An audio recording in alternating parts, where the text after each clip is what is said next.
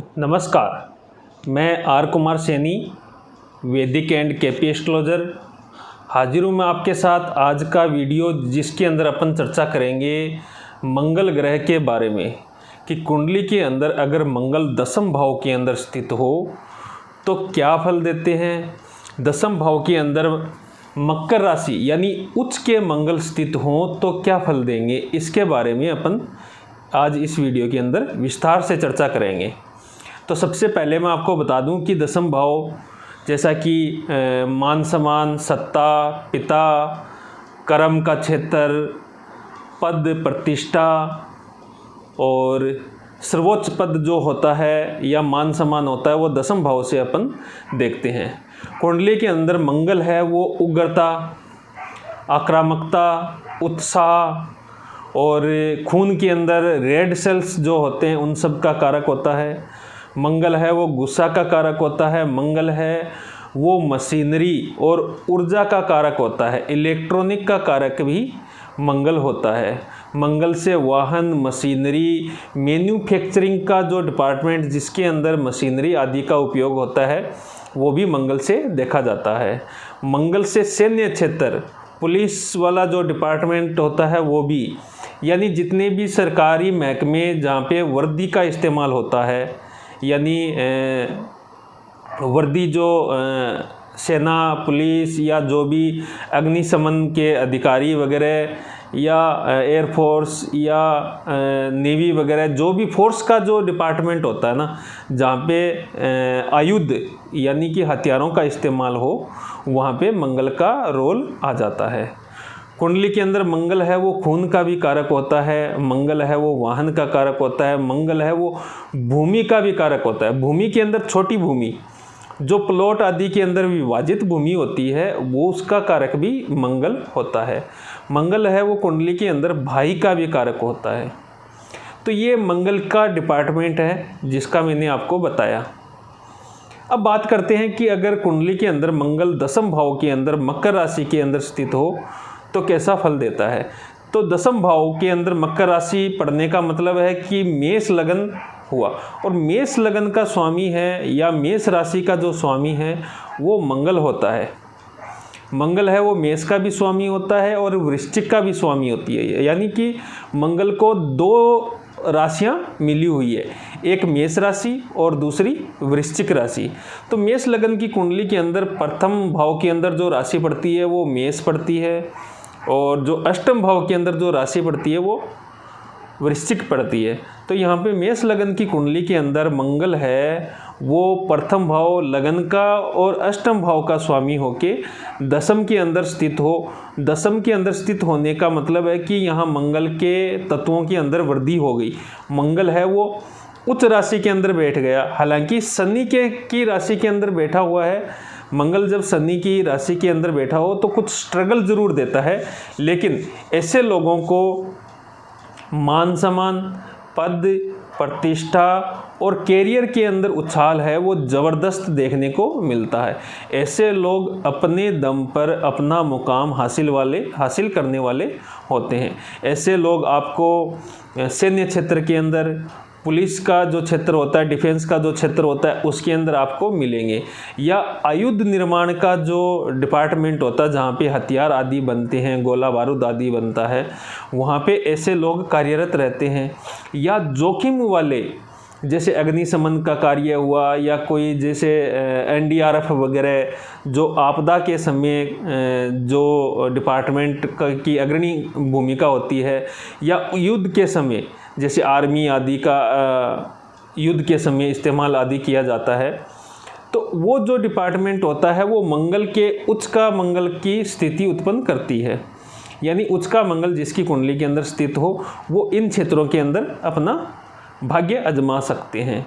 या हथियारों का जो काम होता है, या इलेक्ट्रॉनिक का जो काम होता है, कंस्ट्रक्शन लाइन, रियल एस्टेट या राजनीति या सरकार के अंदर जाना चाहें तो प्रशासनिक अधिकारी या सिविल अधिकारी या प्रशासन के अंदर जाना चाहे तो जज, कलेक्टर, एसपी, डीएसपी, आईजी जो वाला जो रैंक होता है वो भी उच्च के मंगल के अधिकार क्षेत्र के अंदर आता है। तो उच्च का मंगल दसम भाव के अंदर बैठा हो तो उसका व्यक्तित्व साधारण नहीं होता है। वो व्यक्ति एक मान मर्यादित और पद प्रतिष्ठा वाला, जिसको सामाजिक और प्रोफेशनल लाइफ के अंदर अच्छी पोजीशन या स्टेटस आदि मिलता है। तो दसम भाव का मंगल है वो रियल एस्टेट के अंदर, भूमि कंस्ट्रक्शन के कार्य के अंदर, लोहा, मशीनरी, व्हीकल आदि के क्षेत्र के अंदर, राजनीति के अंदर, सिविल सर्विसेज के अंदर और डिफेंस के क्षेत्र के अंदर, अग्नि वाला जो डिपार्टमेंट होता है उसके अंदर, या जोखिमपूर्ण जो कार्य होते हैं उसके अंदर सफलता देने वाला होता है। दसम के अंदर मंगल बैठा हो तो उसकी दृष्टि है वो लगन के ऊपर भी पड़ेगी। मंगल की 3 दृष्टियाँ होती है, चौथी दृष्टि, 7वीं और 8वीं। तो चौथी दृष्टि से यहाँ पे दसम के अंदर मंगल बैठ के लगन को देखेगा। अब मंगल की दृष्टि लगन पे होने के कारण व्यक्ति के अंदर उग्रता या गुस्सा वाला नेचर है या आक्रामकता वाला, आवेश के अंदर आ जाना, ये वाला नेचर है वो ज़्यादा देखने को मिलता है। मंगल की सप्तम दृष्टि है वो चतुर्थ भाव पे पड़ती है। चतुर्थ भाव है वो माता का, घर का, इमोशंस का, खुशियों का, भूमि का, ज़मीन का, इन सब का होता है। तो मंगल की यहाँ पे नीच दृष्टि पड़ने के कारण इन सब क्षेत्रों के अंदर कुछ कठिनाई उत्पन्न करते हैं, यानी माता के सुख के अंदर कमी कर सकते हैं या माता के साथ में तनाव उत्पन्न कर सकते हैं। घर या भूमि से संबंधित उनको कोई तनाव उत्पन्न हो सकता है या कम्युनिकेशन गैप है या परेशानी उत्पन्न हो सकती है। ऐसे लोगों को पारिवारिक झगड़े से दूर रहना चाहिए, हमेशा पारिवारिक झगड़े के अंदर नहीं पड़ना चाहिए, वरना इनके गुस्से का खामियाजा है वो पूरे परिवार को, फैमिली को आदि को भुगतना पड़ता है, और जिसका इनको खुद को भी पश्चाताप रहता है, क्योंकि इनके अंदर एक जिद होती है। दसम भाव का जो के अंदर मंगल उच्च का बैठने का के कारण व्यक्ति है वो सेल्फ रेस्पेक्ट जो वाला जो सिस्टम होता है उसके अंदर ज़्यादा हावी रहता है। वो ऐसा सोचता है कि कोई मेरी इंसल्ट न करे, मेरी बात सब हर कोई माने और मैं किसी की ना मानूं। इस वजह से वो परेशानी उत्पन्न हो जाती है। तो ऐसे लोगों को घर के मसले में या ज़मीन जायदाद के जो मसला है उसको शांतिपूर्ण ढंग से ही निपटाना चाहिए। मंगल की दृष्टि है वो पंचम भाव, अष्टम दृष्टि है वो पंचम भाव पे पड़ती है। पंचम भाव पे पड़ने के कारण है संतान प्राप्ति के समय या संतान के स्वास्थ्य के अंदर कुछ कमी कर सकते हैं या परेशानी कर सकते हैं। हालांकि ये स्थिति है वो शिक्षा आदि के लिए बहुत उत्तम मानी जाती है। ऐसे लोगों को पेट से संबंधित और खून से संबंधित कुछ परेशानियां होती है, घुटनों आदि के अंदर दर्द की प्रॉब्लम बनती है। ऐसे लोगों को पिता के साथ में टकराव नहीं रखना चाहिए। अगर पिता के साथ में टकराव रखेंगे तो निश्चित तौर पे उनके जीवन के अंदर अवनति यानी कि जो स्टेटस लो की स्थिति जो बनती है उसकी तरफ वो अग्रसर हो जाता है। तो इसलिए पिता के साथ में हमेशा बना के रखनी चाहिए।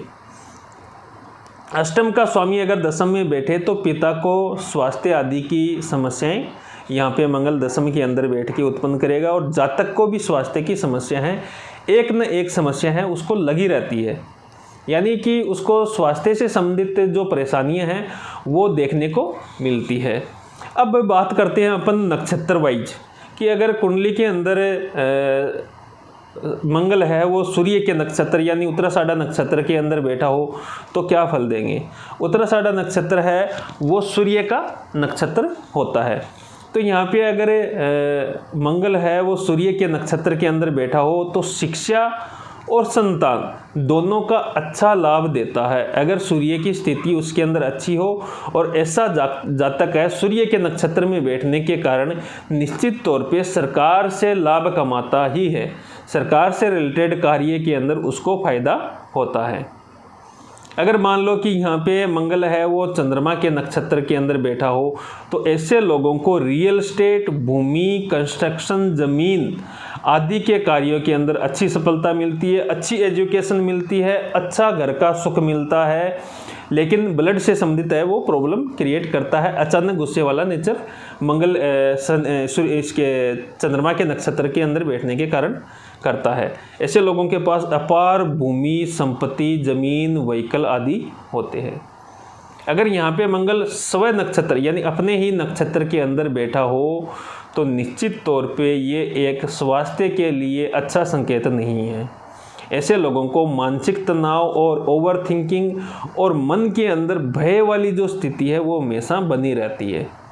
तो स्वयं नक्षत्र के अंदर बैठने के कारण कैरियर वाइज अच्छी स्थिति देगा मंगल, लेकिन स्वास्थ्य के तौर पे और मानसिक तौर पे उसको कमज़ोर करता जाएगा अपनी दशा अंतर्दशा के अंदर, या जिसका नक्षत्र स्वामी मंगल बन जाए उस स्थिति के अंदर। तो ये है मंगल की दशम भाव के अंदर स्थित होने के सामान्य फल।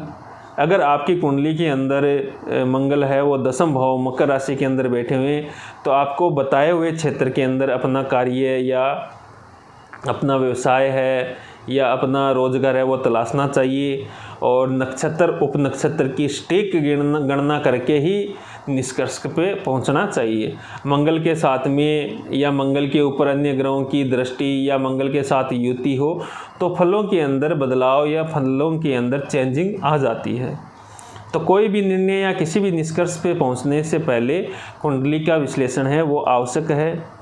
आप अगर अपनी कुंडली का विश्लेषण अगर करवाना चाहते हैं तो मेरे दिए हुए नंबरों पे कॉल या व्हाट्सएप करके संपर्क कर सकते हैं, उसकी प्रोसेस आपको बता दी जाएगी।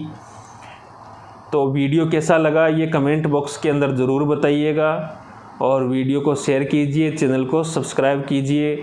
आगे भी आपको ज्योतिषीय वीडियो का ज्ञान का लाभ है वो मिलता रहेगा।